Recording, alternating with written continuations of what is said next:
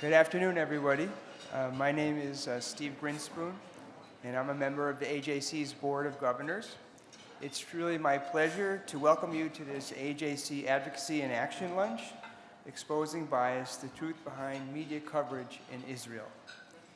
If you are at this lunch today, I have a feeling it's because, like me, prior to and especially since October 7th, 2023, you have been dumbfounded by the media coverage of Israel in its self-defensive seven-front war. How many times have we had to put down the New York Times or insert your own publication of choice and walk away from the table in frustration? How many times have we had to turn off the news, overwhelmed by a mix of disgust, anger, or disbelief? None of this is new. But in the era of 24/7 news in print and online, the problem seems to only have worsened. And of course, it's not just about the headlines. We are deeply concerned about how this coverage shapes public opinion. We have seen how misinformation and disinformation about the war has run rampant, often exacerbated by media outlets, and how that distortion has fueled hostility and often violence against the Jewish people in the Jewish state. As an organization advocating with leaders around the world for Jewish people in the state of Israel, I am proud that AJC has been at the forefront of pushing back against these false narratives.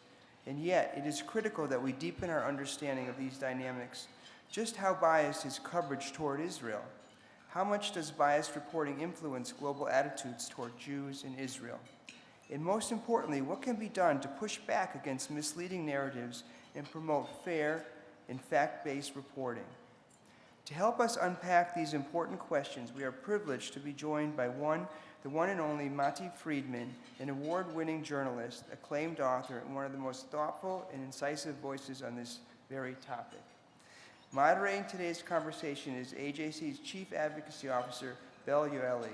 Belle, the floor is yours. Thank you so much. Thank you so much, Stephen.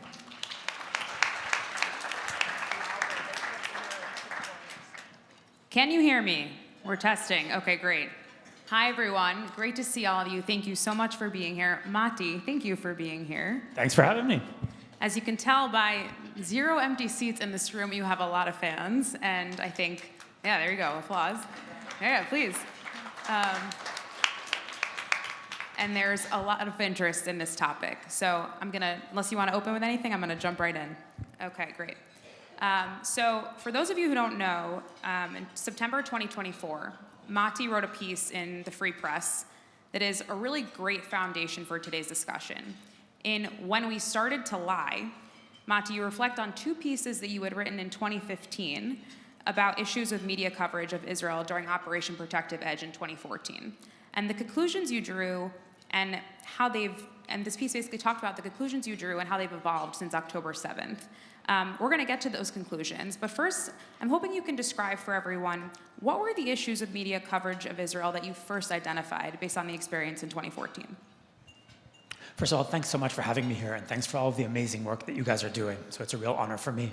I was a reporter for the AP between 2006 and the very end of 2011 in Jerusalem. I was a reporter and editor. The AP, of course, as you know, is the American news agency. It's the world's largest news organization, according to the AP. According to Reuters, it's Reuters. One of them is probably right, but it's a big deal in the news world. And I had a kind of an inside view inside one of the biggest AP bureaus, in fact, the AP's biggest international bureau, which was in Jerusalem. So I can try to sketch the problems that I saw as a reporter there. It would take me 7 or 8 hours, and apparently we only have 4 or 5 hours for this lunch, so I have to keep it short. But I would say that there are 2 main problems. We often get very involved when we talk about problems with coverage of Israel. We get involved with very micro issues, like you call it a settlement, I call it a neighborhood, rockets, the Nakba, issues of terminology. But in fact, there are 2 major problems that are much bigger, and because they're bigger, they're often harder to see. One of the things that I noticed at the Bureau was the scale of coverage of Israel. So at the time that I was at the AP, again, between 2006 and the very end of 2011, we had about 40 full-time staffers covering Israel. That's print reporters like me, stills photographers, TV crews, more than 40. Israel, as most of you probably know, is a very small country. As a percentage of the world's surface, Israel is 1/100th of 1% of the surface of the world. And as a percentage of the landmass of the Arab world, Israel is 1/5 of 1%, 0.2%. And we had 40 people covering it. And just as a point of comparison, that was dramatically more people than we had at the time covering China. Right, there are about 10 million people today in Israel proper. In China, there are 1.3 billion. We had more people in Israel than we had in China. We had more people in Israel than we had in India, which is another country of about 1.3 billion people. We had more people in Israel than we had in all of the countries of sub-Saharan Africa. That's 50-something countries. So we had more people in Israel than we had in all of those countries combined. And sometimes I say that to Jews. I say we covered Israel more than we covered China, and people just stare at me blankly because, I mean, it's Israel. So of course, that makes perfect sense. I say we covered Israel more than we covered any other country in the world. And people don't see that as being weird because many of us think that Israel is the most important country in the world. I happen to think Israel is the most important country in the world because I live there, but if the news is meant to be a rational analysis of events on planet Earth, you cannot cover Israel more than you cover the continent of Africa. It just doesn't make any sense. So one of the things that first jumped out at me, actually that's making me sound smarter than I am. It didn't jump out at me at first. It took a couple of years. And I just started realizing that it was very strange that the world's largest organization had its largest international bureau in the state of Israel, which is a very small country, very small conflict in numeric terms. And yet there was this intense global focus on it that made people think that it was the most important story in the world. And it definitely occupies a place in the American political imagination that is not comparable to any other international conflict. So that's one part of the problem. This is a long answer to a very short question. The other part, that was the scope. The other part was the context. And it took me a while to figure this out, but the coverage of Israel is framed as an Israeli-Palestinian conflict. The conflict is defined in those terms, the Israeli-Palestinian conflict, and everyone in this room has heard it discussed in those terms. Sometimes we discuss it in those terms, and that is because the news folks have framed the conflict in those terms. So at the AP Bureau in Jerusalem, every single day we had to write a story that was called, in the jargon of the Bureau, Is Pals? Israelis, Palestinians, and it was the daily wrap of the Israeli-Palestinian conflict. So what Netanyahu said, what Abbas said, rockets, settlers, Hamas, whatever.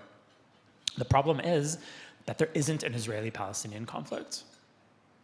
And I know that sounds crazy because everyone thinks there is, and of course, we're seeing the conflict play out in the most tragic way right now in Gaza. But most of Israel's wars have not been fought against Palestinians. Israel has, unfortunately, fought wars against Egyptians and Jordanians and Lebanese and Iraqis, and Israel's most important enemy at the moment is Iran, right? The Iranians are not Palestinian. The Iranians are not Arab. They're Muslim, but they're not Arab. So clearly there is a broader regional conflict that's going on that is not an Israeli-Palestinian conflict. And we've seen it in the past year. If we had a satellite in space looking down and just following the paths of ballistic missiles and rockets fired at Israel. So we just have like a photograph of these red trails of rockets fired at Israel. You'd see rockets being fired from Iraq and from Yemen and from Lebanon and from Gaza and from Iran. You'd see the contours of a regional conflict. And if you understand it's a regional conflict, then you understand the way Israelis see it. There are, in the Arab world, 300 million people, almost all of them Muslim. And in one corner of that world, there are 7 million Jews who are Israelis. And if we zoom out even farther to the level of the Islamic world, we'll see that there are 2 billion people in the Islamic world. There's some argument about the numbers, but it's roughly a quarter of the world's population. And in one corner of that world, there are 7 million Israeli Jews. The entire Jewish population on planet Earth is a lot smaller than the population of Cairo. So the idea that this is an Israeli-Palestinian conflict where Israelis are the stronger side, where Israelis are the dominant actor, and where Israelis are, let's face it, the bad guy in the story, that's a fictional presentation of a story that actually works in a completely different way. So if you take a small story and make it seem big, and if you take a complicated regional story and you make it seem like a very small local story involving only Israelis and Palestinians, then you get the highly simplified but very emotive narrative that everyone is being subjected to now, and you get this portrayal of a villainous country called Israel that really looms in the liberal imagination of the West as an embodiment of the worst possible qualities of the age. Wow. So, right? So already you were seeing these issues when you were a reporter earlier on, but like this, some of this was before and since Protective Edge, this is over 10 years ago. And here we are. So October 7th happens.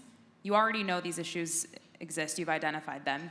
How would you describe, because obviously we have a lot of feelings about this, but like strictly as a journalist, how would you describe the coverage that you've seen since during October 7th and its aftermath? Is it just these issues? Have they expanded? Are there new issues in play?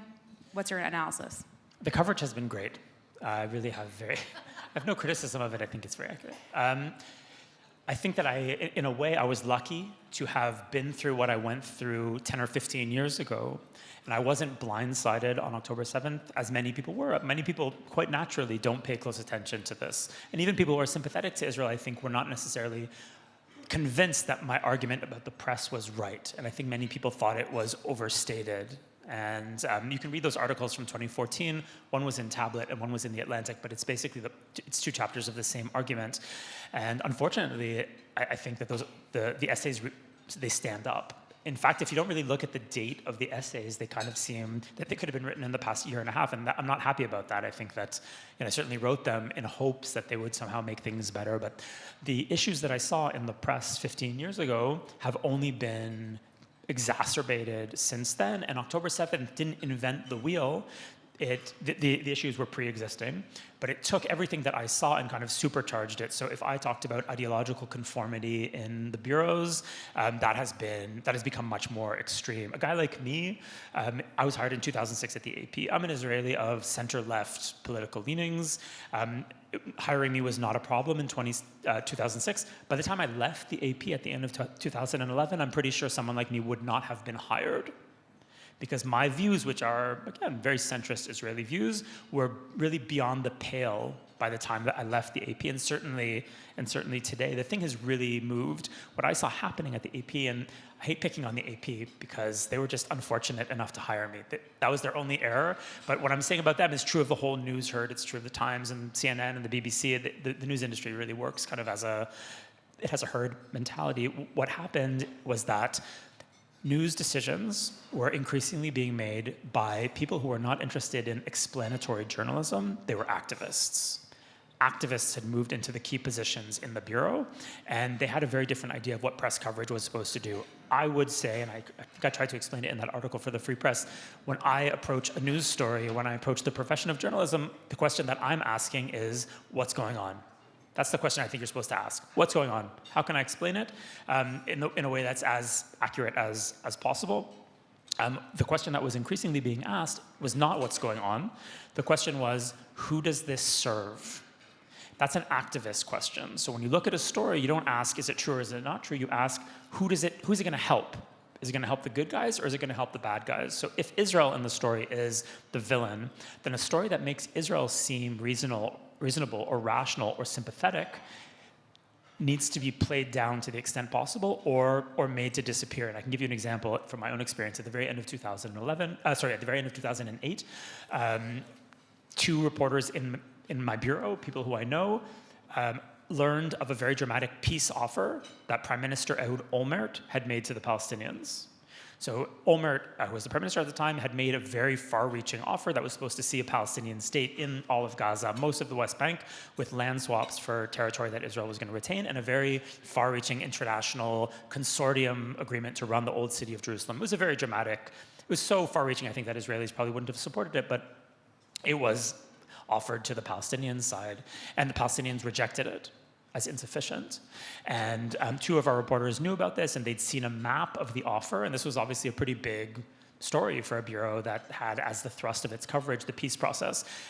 The two reporters who had the story were ordered to drop it. They were not allowed to cover the story. And there were different explanations, and they didn't, by the way. AP did not publish the story at the time, even though we were the first to have it. Eventually, it kind of came out in other ways through other news organizations, but we knew it first. Why were we not allowed to cover it? Because it would have made the Israelis, who we were trying to villainize and demonize, it would have made Israel seem like it was trying to solve the conflict on kind of unreasonable lines, which of course was true at that time. So that story would have upended the thrust of our news coverage, so it had to be made to go away, even though it was true. It would have helped the wrong people.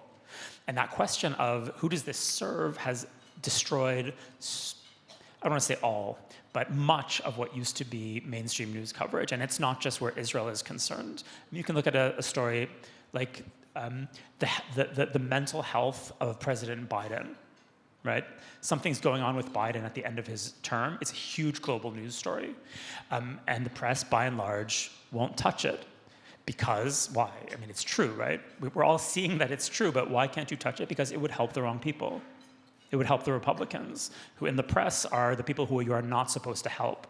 The origins of COVID, right? We heard one story about that. The true story seems to be a different story. And there are many other examples of stories that are reported because they help the right people or not reported because they would help the wrong people. And I saw this thinking really come into action in Israel 10 or 15 years ago. And unfortunately, it's really spread to include the whole mainstream press scene and really kill it. I mean, essentially, anyone interested in trying to get a solid sense of what's going on we have very few options. There's not a lot out there. So that's the broader conclusion that I drew from what I thought at the time was just a very small malfunction involving Israel coverage. But Israel coverage ends up being a symptom of something much bigger, as Jews often are the symptom of something much bigger that's going on. So my problems in the AP Bureau 15 years ago were really a kind of, maybe a canary in the coal mine or a whiff of something much bigger that we were all going to see happen, which is the transformation of the important liberal institutions of the West into kind of activist arms of a very radical ideology that has as its goal the transformation of the West into something else. And that's true of the press, and it's true of the NGO world, places like Human Rights Watch and Amnesty International, which were one thing 30 years ago and are something very different today. And it's also true of big parts of the academy. It's true of places like Columbia and places like Harvard. They still have the logo, they still have the name, but they serve a different purpose. And I just happen to be on the ground floor of it as a reporter. So obviously this concept of who does this serve and this activist journalism is deeply concerning. And you actually mentioned a couple other areas. Academia, obviously we're in that a lot right now in terms of what's going on campus. So I guess a couple of questions on that. First of all, let's think about this very practically, tachlis, in the day-to-day. I'm a journalist and I go to write about what's happening in Gaza. What would you say is, if you had to throw out a percentage, are all of them aware of this activist journalist tendency? Or you think it's like intentional for many of them, or it's sort of they've been educated that way and it's their worldview in such a way that they don't even know that they're not reporting the news in a very biased way? Does that make sense? Totally. I think that many people in the journalism world today view their job as not as explaining a complicated situation, but as swaying people toward the correct political conclusion. Journalism is power, and the power has to be wielded in support of justice. Now, justice is very slippery, and choosing who's in the right is very slippery, and that's how journalism gets into a lot of trouble. Instead of just trying to explain what's going on and then you're supposed to leave the politics and the activism to other people. Politics and activism are very important, but unless everyone can agree on what is going on, it's impossible to choose the kind of activism that would be useful. So when the journalists become activists, then no one can understand what's going on because the story itself is fake. And there are many examples of it, but returning to what you asked about October 7th and reporting post-October 7th, you can really see it happen. The massacres of October 7th were very problematic for the ideological stream that now controls a lot of the press because it's counterintuitive. You're not supposed to sympathize with Israelis, and yet there were a few weeks after October 7th when they were forced to because the nature of the atrocities were so heinous that they could not be ignored. So you had the press covering what happened on October 7th, but you can feel it as someone who knows that scene. You could feel there was a lot of discomfort. There was a lot of discomfort. It wasn't their comfort zone, and you knew that within a few weeks, maybe a month, it was going to snap back at the first opportunity. When did it snap back? In the story of the El Ahly hospital strike. If you remember that a few weeks in, there's a massive global story that Israel has rocketed a hospital in Gaza and killed about 500 people. And then you can see the comfort zone return, because the story that the press is primed to cover is a story about villainous Israelis victimizing innocent Palestinians, and now we're back. Okay, now Israel's rocketing a hospital. The problem was that it hadn't happened. It was a lot of stories don't happen and they're allowed to stand. Okay, but this story was so far from the truth that even the people involved couldn't make it work, and it had to be retracted. But it was basically too late. And then, as soon as the Israeli ground offensive got into swing in Gaza, then the story really becomes the same old story, which is, story of Israel victimizing Palestinians for no reason. And you'll never see Hamas militants in uniform in Gaza. You just see dead civilians, and you'll see the aftermath of a rocket strike when when an Israeli F-16 takes out the launcher, but you will never see the strike.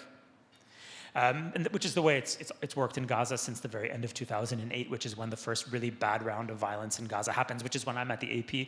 As far as I know, I was the first staffer to erase information from a story because we were threatened by Hamas, which happened at the very end of 2008. We had a great reporter in Gaza, a Palestinian, who had always been really an excellent reporter. We had a detail in a story. The detail was a crucial one. It was that Hamas fighters were dressed as civilians and were being counted as civilians in the death toll.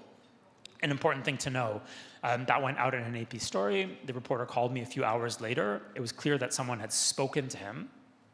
And he told me, I was on the desk in Jerusalem, so I was kind of writing the story from the main bureau in Jerusalem. And he said, Matti, you have to take that detail out of the story. And it was clear that someone had threatened him. I took the detail out of the story. I suggested to our editors that we note in an editor's note that we were now complying with Hamas censorship. I was overruled. And from that point in time, the AP, like all of its sister organizations, collaborates with Hamas censorship in Gaza. What does that mean? You'll see a lot of dead civilians and you won't see dead militants. You won't have a clear idea of what the Hamas military strategy is. And this is the kicker, the center of the coverage will be a casualty number that is provided to the press by something called the Gaza Health Ministry, which is Hamas. And we've been doing that since 2008. And it's a way of basically settling the story before you get into any other information. Because when you say 50 Palestinians were killed and 1 Israeli on a given day, it doesn't matter what else you say.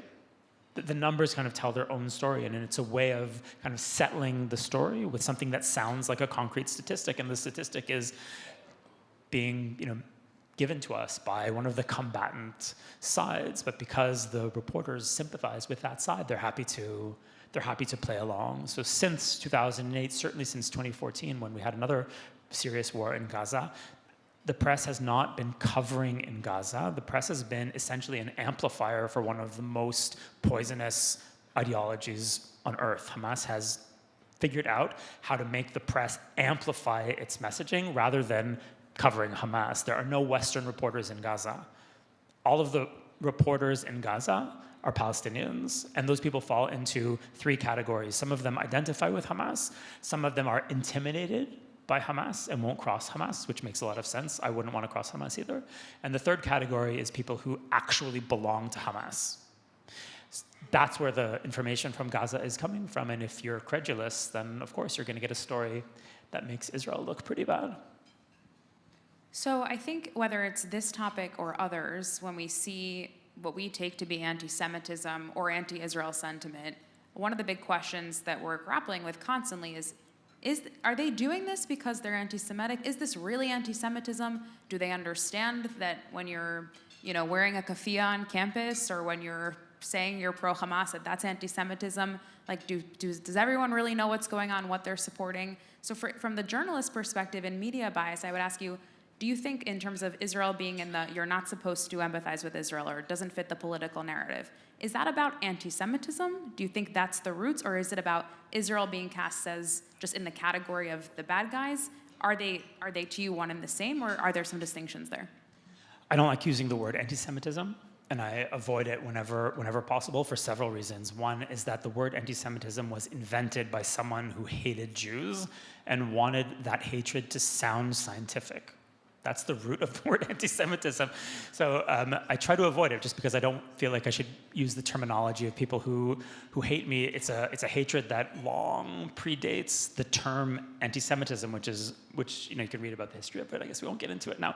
I think it's much more useful to try to explain what that is, what that instinct is. If you say anti-Semitism, I find that it often shuts down any discussion because no one thinks they're anti-Semitic.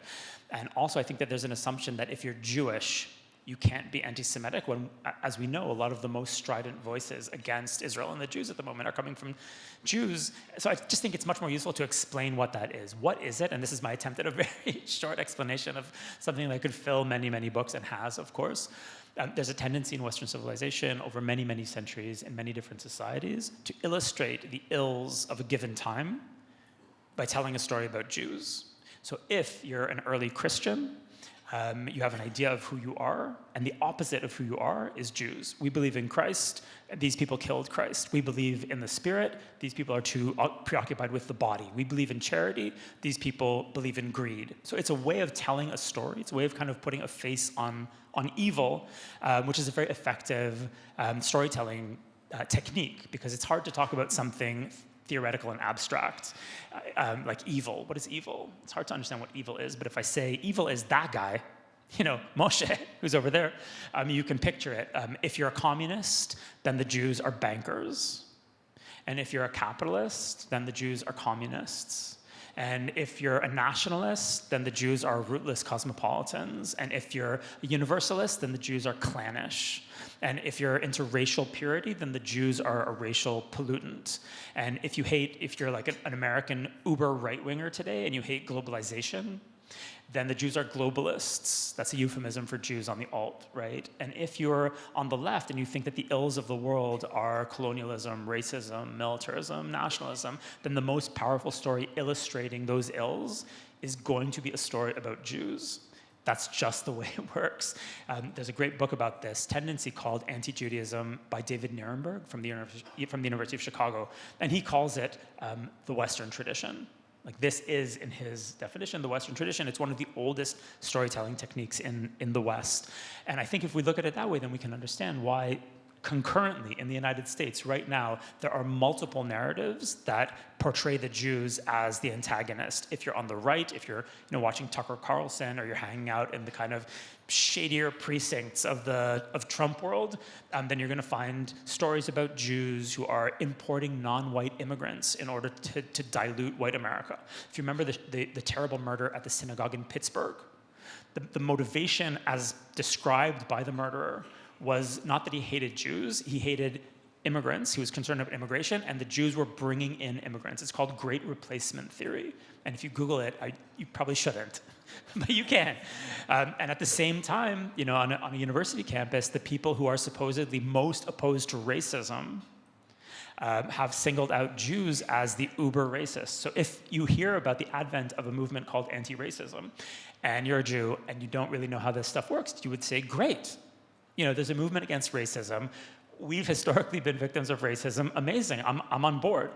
The way the Western storytelling mechanism works, however, is that if there is a movement against racism, it will not protect Jews from racism. It will identify the Jews as the most prominent racists. And indeed, that is what has happened. So it's not that the reporters would say, I'm anti-Semitic, I'm now going to describe Israelis as genocidal demons. It's someone who comes to a certain education system, goes to a certain university, takes a course that just, suggests that the worst country in the entire world is a country called Israel, and that this is totally rational. And then there's a social world in which Israel is absolutely radioactive. So you can be, sympathetic to Pakistan, you can be sympathetic to Turkey, you can even have a soft spot for the Communist Party in China. But if you're involved in any way with Israel, there's something wrong with that. And without even saying a word, people internalize that. So by the time you get to your job at the AP or the New York Times, or as an aide to a Democratic congressman, or as a Democratic congresswoman, or whatever, you have those views so deeply internalized that you don't even think that, it's a view. You just think it's the truth.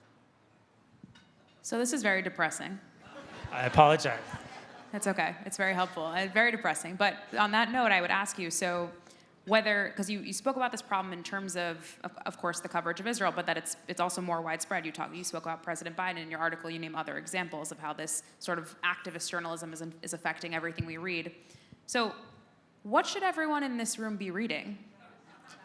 Truly, this is Matti's opinion, but if you want to get information from our news and not activist journalism, obviously the free press, perhaps, but are there other sites or outlets that you think are getting this more down the line, or at least better than some better than others?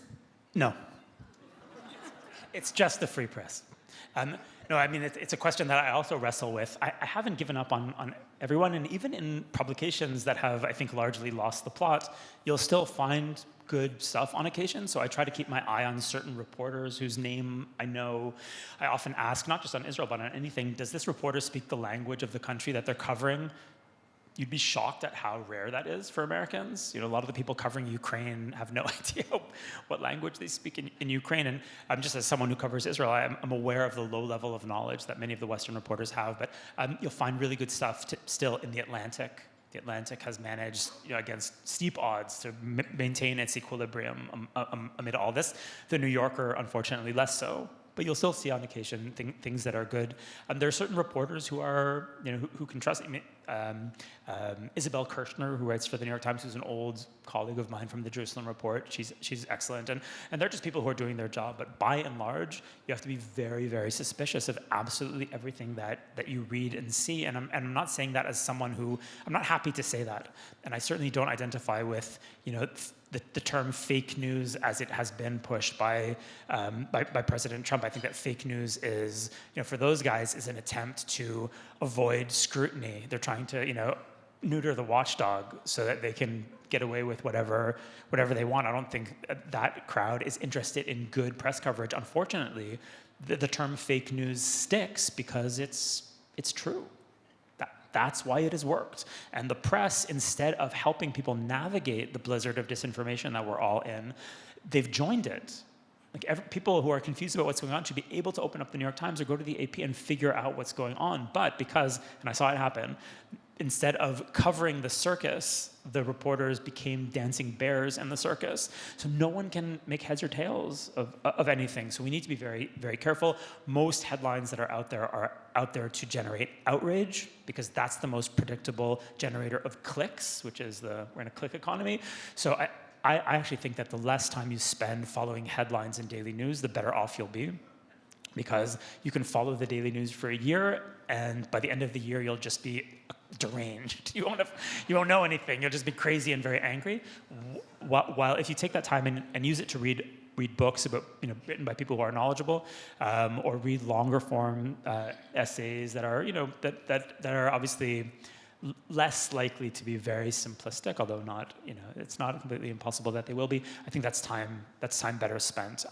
Unfortunately, much of the industry is kind of gone, and we're in an interesting kind of interim moment where where it's clear that the old news industry is basically dead, and that something new has to happen, and those new things are happening. I mean, the free press is part of a new thing that's happening. It's not big enough to really move the needle in a dramatic way yet, but it might be, and I think we all have to hope that new institutions emerge to fill the vacuum. The old institutions, and I say this with sorrow, and I think that this also might be true of a lot of the academic institutions, they can't be saved. They can't be saved. So if people think that writing a letter to the editor of the New York Times is going to help, it's not going to help. Sometimes people say, why don't we just get the top people in the news industry and bring them to Israel and show them the truth? Doesn't help. It's not about knowing or not knowing. They define the profession differently. And so it's not about a lack of information. The institutions have changed, and it's kind of irrevocable at this point, and we need new institutions. And one of them is the free press, and it's a great model of what to do when faced with fading institutions. By the way, the greatest model of all time in that regard is Zionism. That's what Zionism is. There's a guy in Vienna in 1890-something, and his moment is incredibly contemporary. There's an amazing biography of Herzl called Herzl by Amos Elon. It's an amazing book. If you haven't read it, you should read it, because his moment in cosmopolitan Vienna sounds exactly like now. It's shockingly current. He's in this, friendly city. He's a reporter for the New York Times, basically, of the Austro-Hungarian Empire. And he's assimilated, and he's got a Christmas tree in his house, and his son isn't circumcised, and he thinks everything is basically great. And then the light changes. He notices that something has changed in Vienna, and the discourse about Jews changes. And like in a Hollywood movie, the light changes, and he doesn't start a campaign against anti-Semitism. He doesn't get on social media and kind of rail against unfair coverage. He sits down in a hotel room in Paris and he writes this pamphlet called The Jewish State. And I literally flew from that state yesterday. So there's a Zionist model where you look at a failing world and you think about radical solutions that involve creation. And I think we're there. And I think Herzl's model is a good one. At a dark time, you need real creativity. Thank God you found the inspiration there, because I was really starting to worry. In all seriousness, Matti, the saying that these institutions can't be saved. I mean, the consequences of this, not just for us as pro-Israel, pro-Jewish advocates, but for our country, for the world, the countries that we come from, are tremendous. And the way we've been dealing with this issue and thinking about how can you change hearts and minds of individuals about Israel, about the Jewish people, if everything that they're reading is so damaging, and or most of what they're reading is so damaging, and you're basically saying there's very little that we can do about that. So I am going to push you to dream big with us for a moment, and then I want everyone to be thinking about their questions, because we're going to open up. But we're an advocacy organization. AJC is an advocacy organization. So if you had unlimited resources, right? If you really wanted to make change in this area, to me it sounds like you're saying we basically need 15 free presses or the new institutions to really take on this fight. What would you do? What would you do to try to make it so that news media were more like the old days? Please. Anyone who wants unlimited resources should not go into journalism. That's my... I have found that my resources remain limited. I'll give you an answer that is probably not what you're expecting or not what you want to hear. I think that the fight can't be won. I think that anti-Semitism can't be defeated. And I think that resources that are poured into it are resources wasted. And of course, I think that people need legal protection, and they need, lawyers who can protect people from discrimination and from defamation. That's very important. But I know that when people are presented with a problem like anti-Semitism, which is so disturbing and it's really rocking the worlds of everyone in this room, and certainly children and grandchildren, you have a problem and you want to address it, right? You have a really bad rash on your arm, you want the rash to go away, and you're willing to do almost anything to make it go away. This has always been with us. It's always been with us. And we recently celebrated the Seder, and we read in the Seder, in the Haggadah, B'chol dor v'dor omdim aleinu l'chalotenu, which is in every generation, they come at us to destroy us. And it's an incredibly depressing worldview, okay? It's not the way I wanted to see the world when I grew up in Toronto in the 1990s, but in our tradition, we have this idea that this is always going to be around. And the question is, what do you do? Do you let other people define you? Do you make your identity the fight against the people who hate you? And I think that's a dead end. This crisis is hitting the Jewish people at a moment when many of us don't know who we are. And I think that's why it's hitting so hard. For my grandfather, who was like a standard New York Jew, garment industry, Lower East Side, poor union guy, this would not have shaken him, because he just assumed that this was the world. Like this would, he had his own thing. The term Jewish identity was not one he ever heard, because it was just, that was him. Like it wasn't an issue or something that had to be taught. So if I had unlimited resources, what I would do is I would make sure that young Jewish people have access to the riches of Jewish civilization.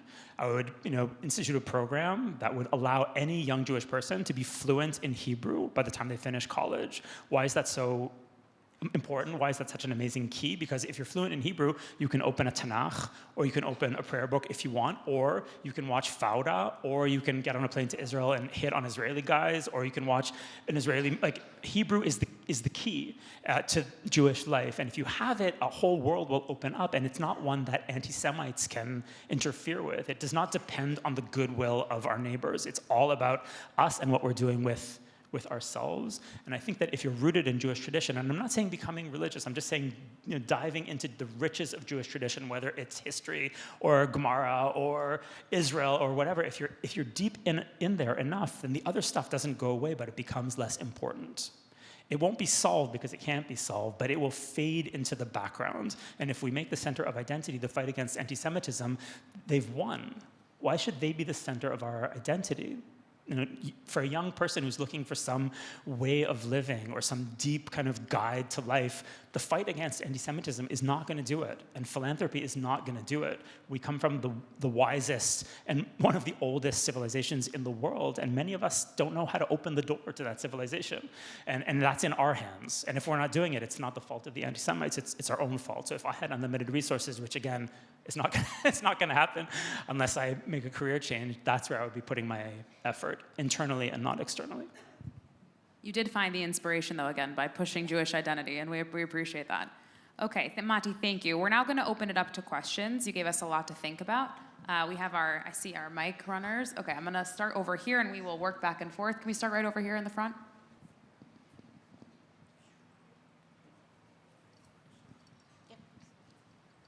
And please just introduce yourself and where you're from when you ask your question. Robert Weinberger from Washington.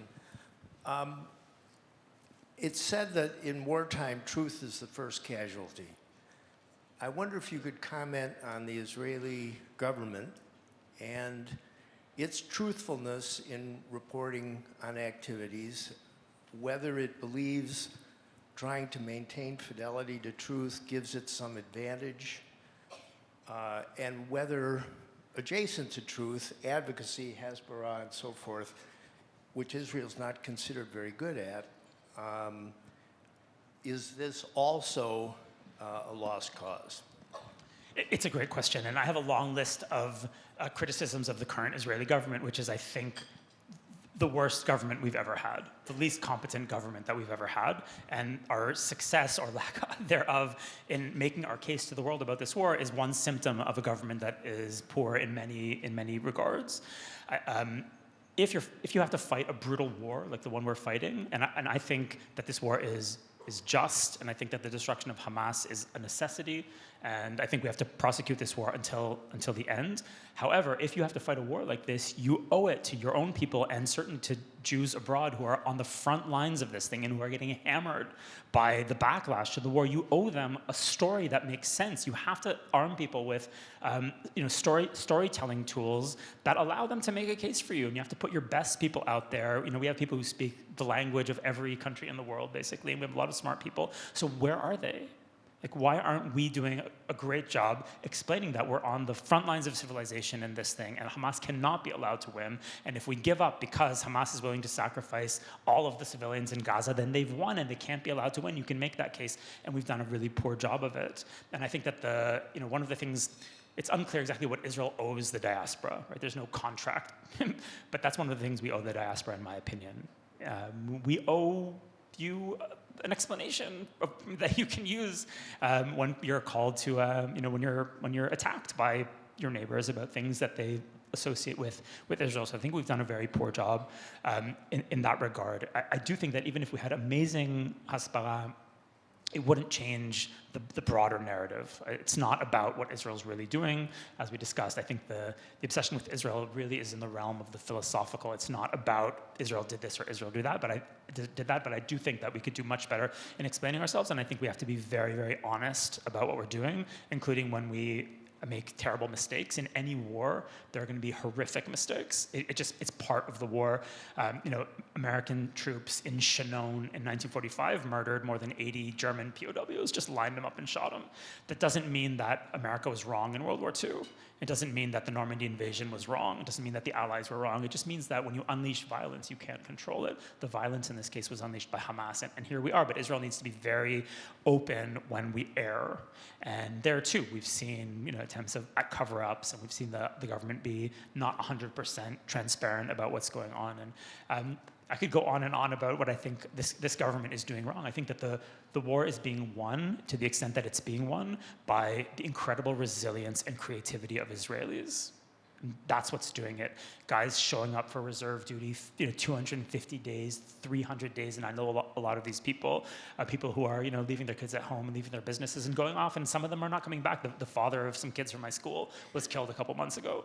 The son of the guy who runs the grocery store in my neighborhood was killed, and the engineers. The son of the guy who runs the bakery in my neighborhood was killed in the paratroops.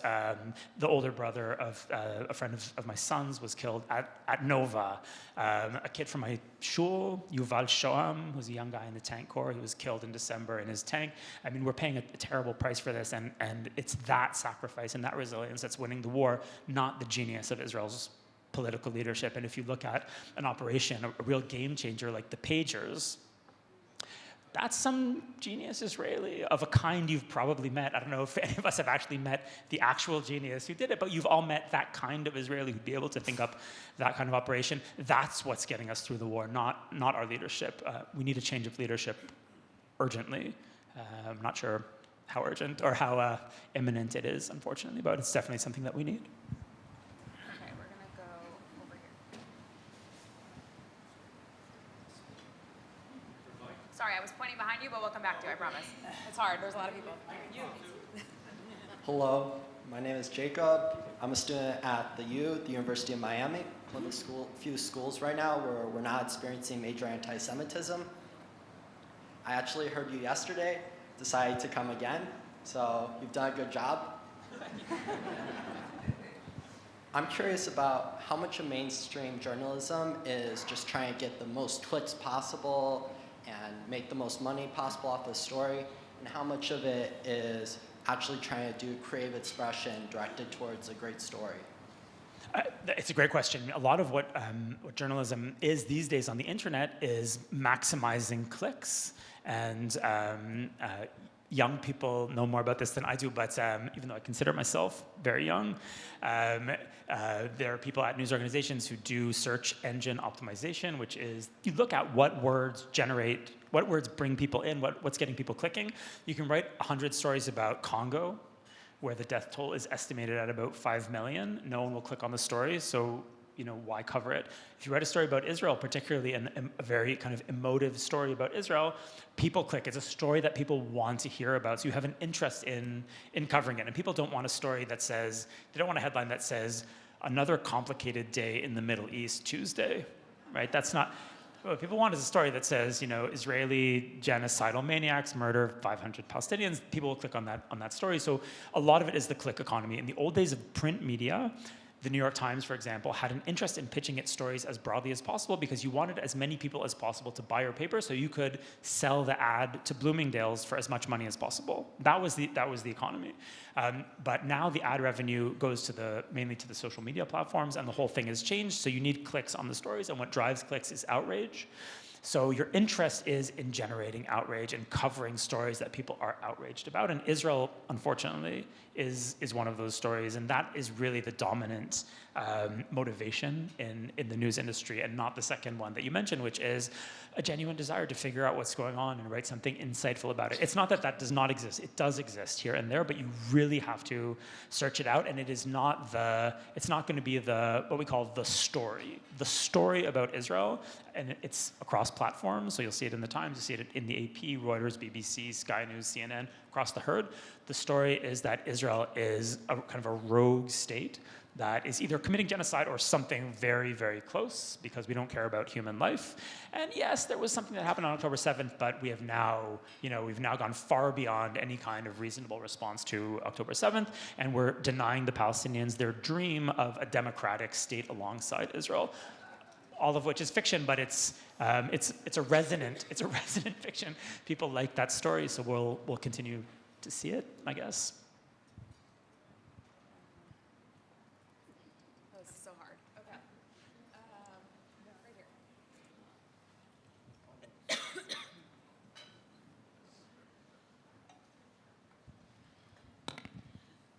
Hi, my name is Isabel Laxer. I'm a student at Wake Forest from London and New York. I want to thank you first and foremost for your really unique insight that I feel like we don't really get to hear so much in the conversations on Israel and media rhetoric.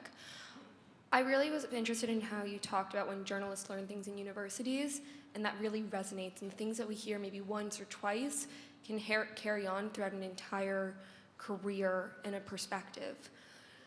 As someone who fights this fight on campus and deals with many professors at my university who hold these very aggressive anti-Israel views, it's very difficult to try and be a student going up against the entire political science department, as someone in the political science department. But I guess my question to you is how, I understand that from your perspective, anti-Semitism is not something that can ever be fully defeated, but surely to an extent it can be mitigated. And I guess when dealing with the external non-Jewish world and the people who aren't our allies, how can we combat anti-Semitism even in the small ways, or work to building universities that are truly liberal in the sense of including Israel? It's such a good question, and I actually think that you would be much more, yes. I think that you'd be much better equipped to answer it than I would. I mean, I'm very distant from, thank God, from American university campuses. In fact, I do not have a university degree, so I have nothing to say about any university campus. But I do think that we have to do what we can to make these environments as friendly as possible. I think there has to be legal repercussions for people who cross the line, and I hope that Jewish students and their parents have recourse to, to good advice, including legal advice about what can be done. But fundamentally, I don't think that that is going to change things in a very dramatic way. It might get you through college relatively unscathed, but I don't think it's going to change the ecosystem. And all I would say is that if we have efforts that can be made and resources that can be put into it, I think we need to know who we are. And other people respond to people who know who they are. It's kind of like on the savannah, if you watch nature documentaries, the hyenas know which zebras to go for. How do they know? They just know. They know to go after the weak zebras who are kind of like, limping at the back of the back of the pack. And a lot of us don't really know exactly who we are, what we're doing, or what Judaism is, or why it's important. And that's why some of the younger Jewish, and not just the younger Jewish people, but some people can be peeled off and moved to the side of the enemy.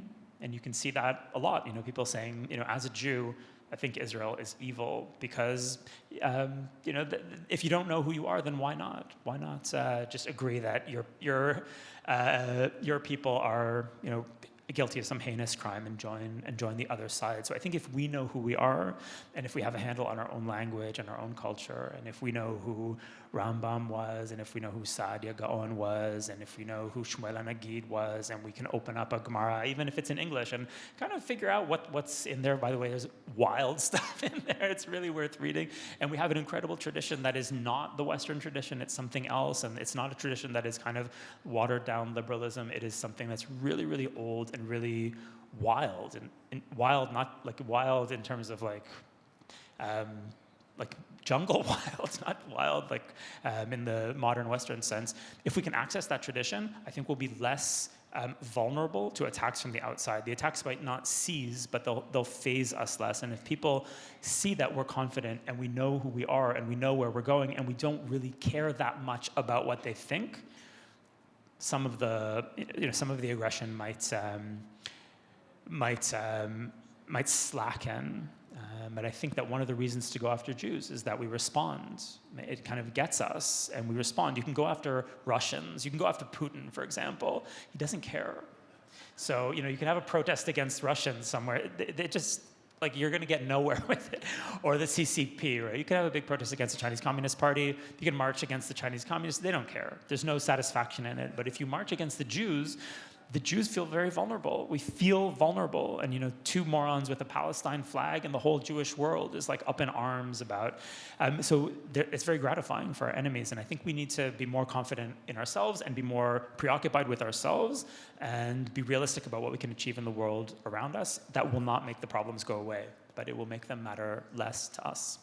I just want to acknowledge, obviously, that in the meantime, of course, I think we all support leaning into Jewish identity. And, you know this. You're in this fight. In the meantime, there are organizations like AJC and others who are trying to do exactly what you're saying, which is to mitigate the problem, right? Even if we can't eradicate anti-Semitism, we can certainly support students, make their experience safer on campus. That's why all of us are here, and a lot of the work that we're engaging in the day-to-day. All right, we're going to go to the back, and we're going to come back to the front. I promise. Let's go to the back. We got plenty of time. Don't worry. I'm trying to be even.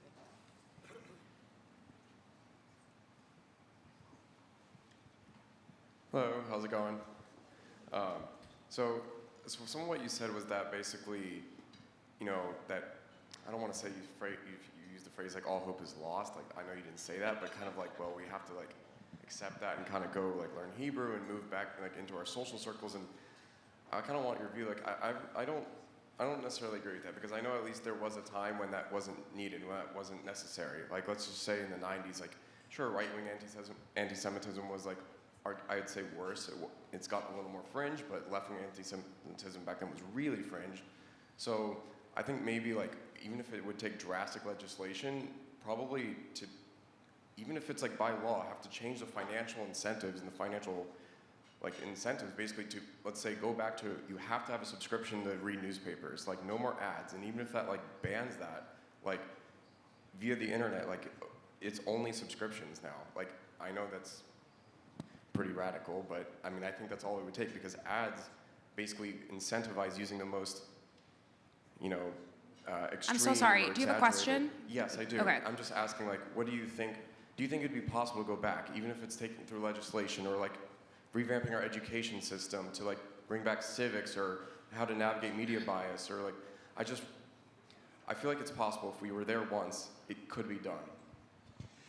What do you think? Yeah, I appreciate that. And I think that a lot of us who grew up in the 90s or whose brains turned on in the 90s really kind of remember that was kind of a great decade, which we didn't appreciate enough. I think everything seemed to be going in the right direction. The Soviet Union collapses and is replaced by democracies, and the Spice Girls are really big, and it was great. It was just a really good time. And Jews, had a lot to be happy about, and it seemed like you could be, a very involved Jew, and you could be, vice president of the United States, and it was a pretty good time. I don't think, looking at history, that anything ever goes back. Things don't go back anywhere. They might go somewhere better in the future, but they don't go back. So the ecosystem of the 90s is not coming back. What we'll have is something completely different. The trends are negative. We're looking at, in my opinion, as someone who's basically an optimist by nature, because I'm Canadian, they basically raise us for optimism. Like, it's glass half full. That's the way we're raised, even though I've been in the Middle East for 30 years, so I've been hit over the head with a Middle Eastern stick a couple times. But the trend lines are negative. We're looking at a breakdown. We're in a time of breakdown of the liberal order that has been dominant since the Second World War, and we're seeing it internally in the United States. We're seeing it internally in Israel. We're seeing it across the liberal West. We're entering a time of unrest and instability and factionalization, and including the factionalization of information, where people are just going to live in different ideological bubbles and consume a kind of information that might be absolutely incomprehensible to your neighbor who is on a different Facebook group and consumes a different kind of information. And I really don't think that there's a way to legislate it back. I wish there was. If there was, I might support it. I just don't think it's likely to happen, so I think we need to be realistic about it. I do think I would never tell people to go, to retreat into Jewish social groups. I don't think that. I think we need to be out there, and I think people have to be confident about who they are and live in the world and not retreat. However, I do think that because we're getting hammered with a lot of animosity as Jews, it's time to know what that means. And a good example is Natan Sharansky. If you read his autobiography, Natan Sharansky didn't know anything about being a Jew. It didn't interest him. He thought it wasn't important until he faces this incredible hostility. And then he starts to wonder, who am I? Like, why does everyone, what's the problem here? Who am I? And then he becomes Natan Sharansky. And that doesn't lead him to become, to go into his basement, with a Talmud and never come out. He's a man in the world, right? He's a Jew in the world, but he knows who he is. And I think that it's time to really figure out who we are, and that will make us not less confident. It will make us more confident, I hope. Thanks. Hi, Bruce Genderson from Washington. I want to follow up on a couple of other questions.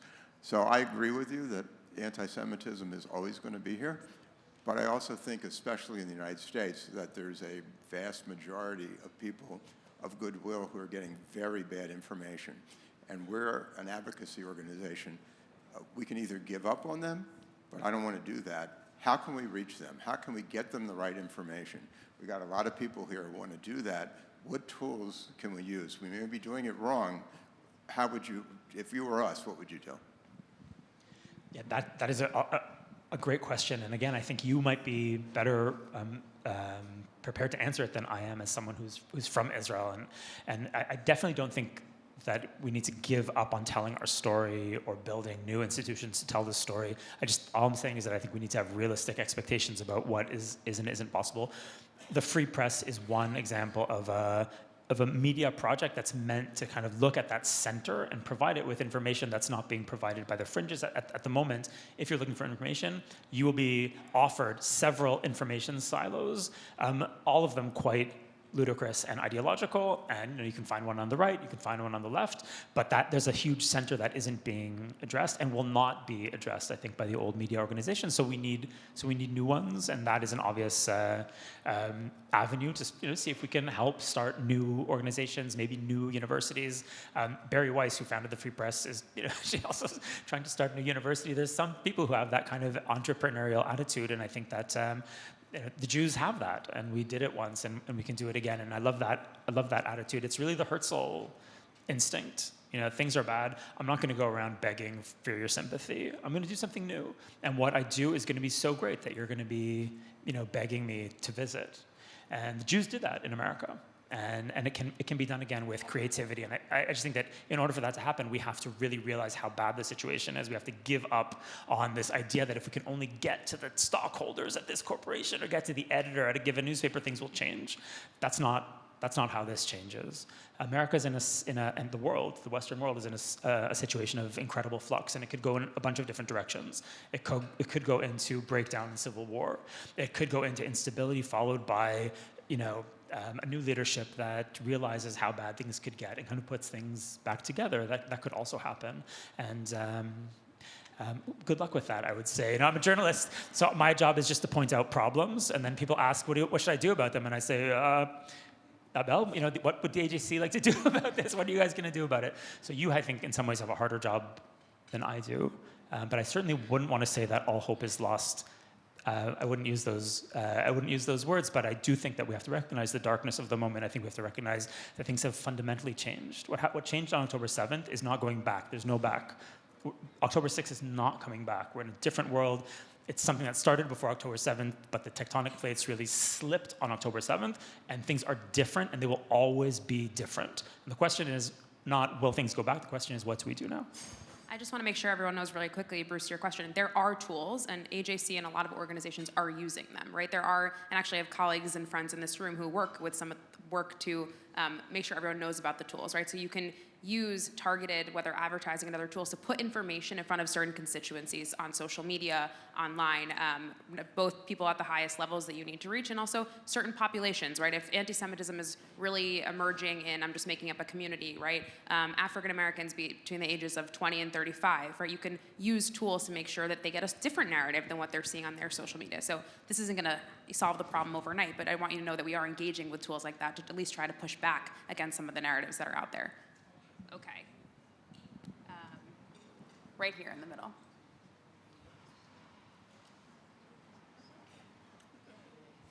Hi, my name is Susan Goldstein. I'm from Sarasota, Florida.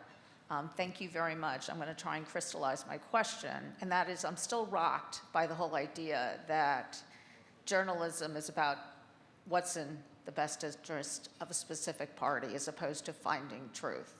You've given us some reasons, even in your answers with the young man from University of Miami, and talked about the cliques, and even the young woman from Wake Forest, and talked about what's coming from the schools. But what are the other reasons that things have changed and that we've lost the idea of journalism as finding truth and more about who it serves? My impression, and this is just a personal impression from my own experience at a certain organization at a certain time, is that after World War II or during World War II, Americans know who they are, and they have a very specific idea of the country and why it's important. And then after that generation comes a generation that is less sure about what principles should guide America, and whether America really is a great country, maybe it's a terrible country. And those people, when I entered the news industry, were running the news industry. So people who are not anti-American activists by any stretch of the imagination, but people who were born in the 50s and 60s who were very, very liberal and not 100%. They didn't have a very concrete moral compass about who they were or what their country meant. And that made them vulnerable to younger activists who did have a concrete idea about what to do and what journalism needed to look like. So the custodians of the institutions that I encountered, and I think this is true across the board in many institutions, were just running the institutions in a kind of amorphous way, but they didn't have a clear idea of why, of where they came from and what they were doing. A new generation comes up, coming through the universities, and they have the idea that the West is rotten, that America is a country built on slavery and repression, and that Western Europe is built by colonialism and colonial repression. And they come up with a worldview that really has a very intense critique of the West, of themselves, and often it's wrapped up with guilt about their own prosperity and their own lives and the persistence of inequality in their own country. And I met, those are my contemporaries, let's say, in the news industry, and they had a very different idea about what the news should be. So their idea of what the news is a sword in the fight for justice. We have power as journalists, and our power has to be put at the disposal of the fight for justice. And in America, that means we have to pass the sword to causes of the left. In Israel, it means we have to put our clout at the disposal of the Palestinians. And in other stories, the same thing has to be done. And the custodians of the organizations could not push back because they didn't know who they were. So it wasn't like there was a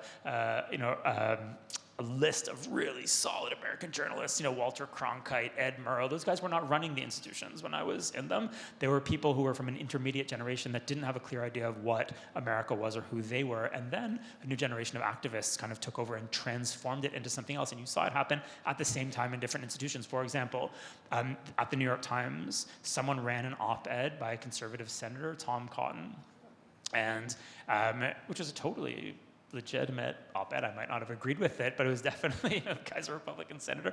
They ran an op-ed, and there was a staff uprising at the paper because there were so many activists now at the paper that they were not going to put up with the old style of journalism, which is just, let's let the Republican senator say his piece. There's an uprising at the paper, and they fire not only the editor directly responsible for the piece, who was a great guy who's now at the Free Press, by the way, named Adam Rubenstein. They fire James Bennett, who was the editor of the op-ed page who I worked for, because I was writing op-eds for the New York Times at the time. He's a great journalist, and he's fired for publishing an op-ed, and that's when you could really see that the institutions had changed, because what these people would say is that running that op-ed or covering Israel fairly or giving airtime to an Israeli spokesman is making excuses for evil. Why are you legitimizing evil? Why are you platforming evil? This is not the kind of question that you'd have heard in a news bureau 20 years ago or in an academic department 20 years ago. But it became very much the jargon of news and the academy and the NGO world as this new generation came up and kind of repurposed the institutions in its own image. And ideally, the custodians would have been on the ball enough to push back and guard their institutions. But they weren't. I mean, the editor of the New York Times buckled, and he fired one of his best journalists because of a staff revolt, and that was happening across the board. So that's part of what happened. It's a generational change in the institutions, and we're seeing it. You'll see it in the Middle Eastern Studies department. You'll see it in a lot of the liberal arts departments. You'll see it in the Democratic Party. You'll see it. Other things are going on in the Republican Party, which aren't necessarily better. But we're talking about the world of the left, where the kind of old liberal custodians cede ground to younger radicals who've been allowed to take over. And that happened in my experience, and it happened in many other places. And that's my attempt at a very simple answer to what is, of course, a much more complicated question. Okay, we're gonna take 2 more questions, and then I'm hoping Matti has a few minutes to stick around after. I just wanna be respectful of everybody's time. Okay, so right here.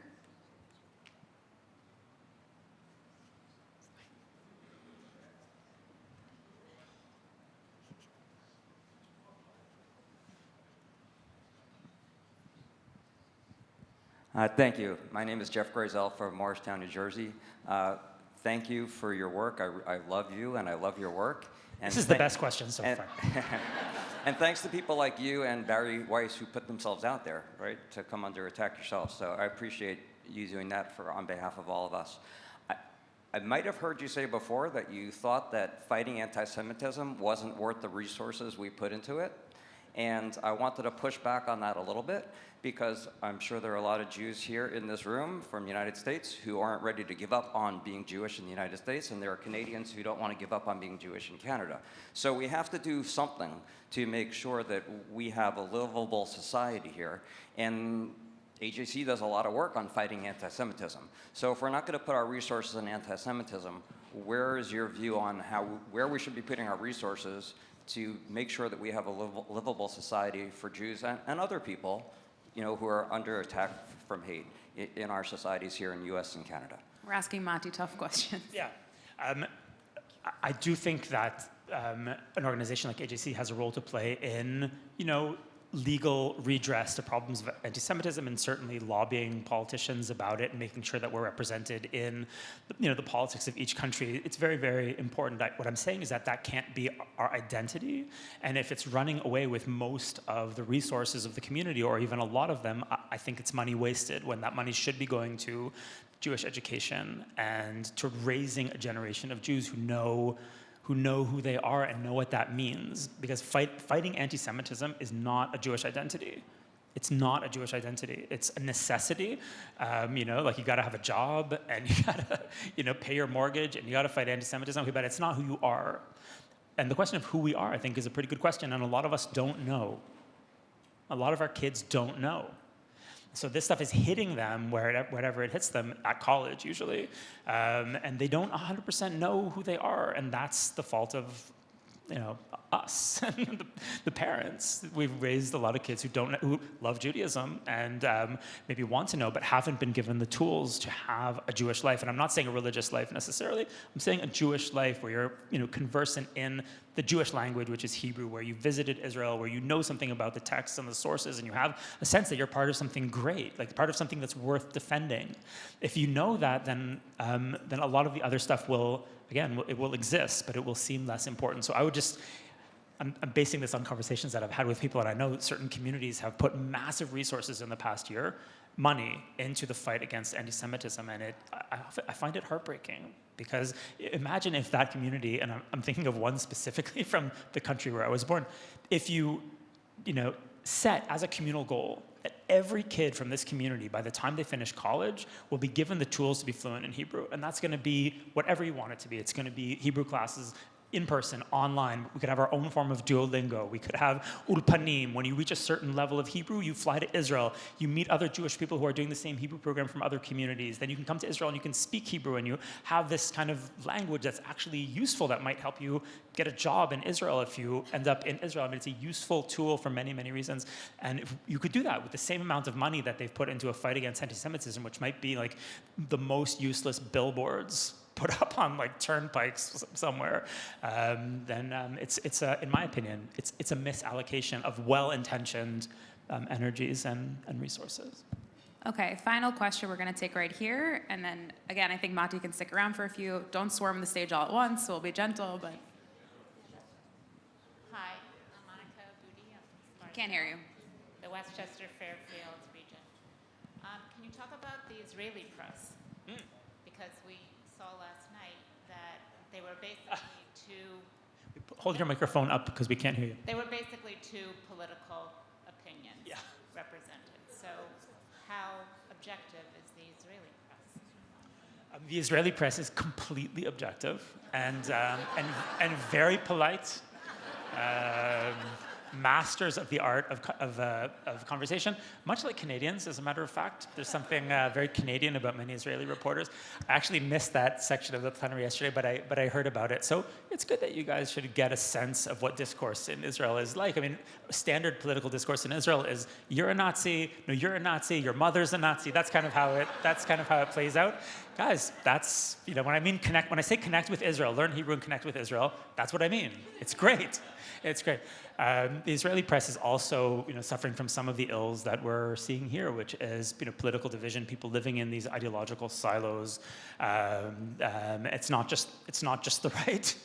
The right has a very influential channel called Channel 14, which is a propaganda channel, basically for Netanyahu.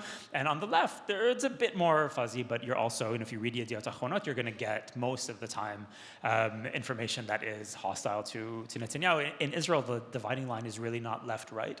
No one really knows what left and right mean anymore. It's Bibi and not Bibi. Do you support Netanyahu or do you not support Netanyahu? It's one of the reasons that his character is so corrosive to Israeli society. That has become the issue. There are great Israeli reporters. There are great Israeli TV reporters. Channel 12 News continues to do a great job. Asaf Lieberman, who's here, great reporter. He does a kind of a magazine-type show, 60 Minutes, and there's excellent stuff on there. So I get a lot out of the Israeli press, but like here, you have to know what you're getting. When you turn on a certain channel, you have to understand that that's going to be coming from a certain ideological direction, and the same is true on the other side, and that's a real danger. I mean, the old days where everyone would turn on Cronkite and believe what he said, and then, you might go off and vote Republican or go off and vote Democrat, but basically people agreed that what Cronkite was saying was true. That's very important for maintaining a democracy, and we don't have it at the moment. So increasingly, we have people who live in different information bubbles from which the other people make no sense. So increasingly, people see their fellow citizens as evil because they can't even understand why, how on earth you could hold that political view. So there are right-wingers in Israel who look at people on the left and say you're traitors to the Jewish people, and there are people in this country who look at people who vote for Donald Trump and say that you're racists and fascists. Why on earth? How on earth could you vote for a guy like that? And it's because we don't have that baseline of information, and it's because the press has slipped into these ideological costumes, and it's a feature of the social media world, and it's a feature of this breakdown that we're witnessing, which is very, very scary. I'm not sure what a Western democracy looks like in 10 years or 20 years. The post-World War II assumptions about what's going on and how this is going to work, we're at their expiration date, and we're sailing into uncharted waters, and what might come out might be better. Or it might be worse. It's up to us, and I hope, of course, that it will be better. Matti, first of all, thank you.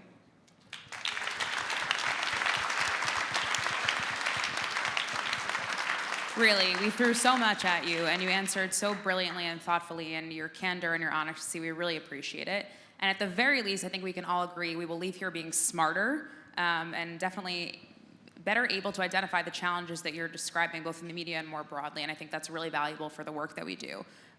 Briefly, just two disclaimers. One, because we did talk a little bit about politics, I just want to say nobody is more entitled to their opinions than Israelis about Israeli politicians. They're not necessarily AJC's opinions, but we obviously platform. But they should be. Let's agree that they might not be, but they should be. But we platform, as you saw, either through Matti or the journalists last night and many others, a lot of different voices here in the conference, and that's very important, but I just want to give that little disclaimer.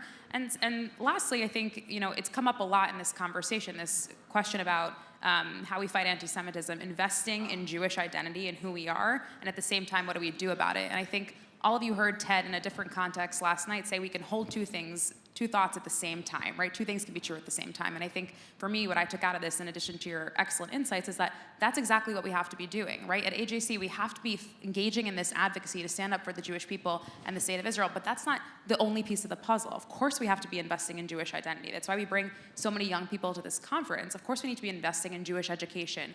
That's not necessarily what AJC is doing, the bulk of our work, but it's a lot of what the Jewish community is doing, and these pieces have to go together. And I want to thank you for raising that up for us, and again, for everything that you said.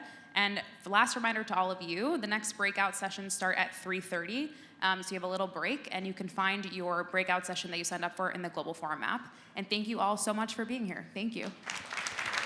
Thanks.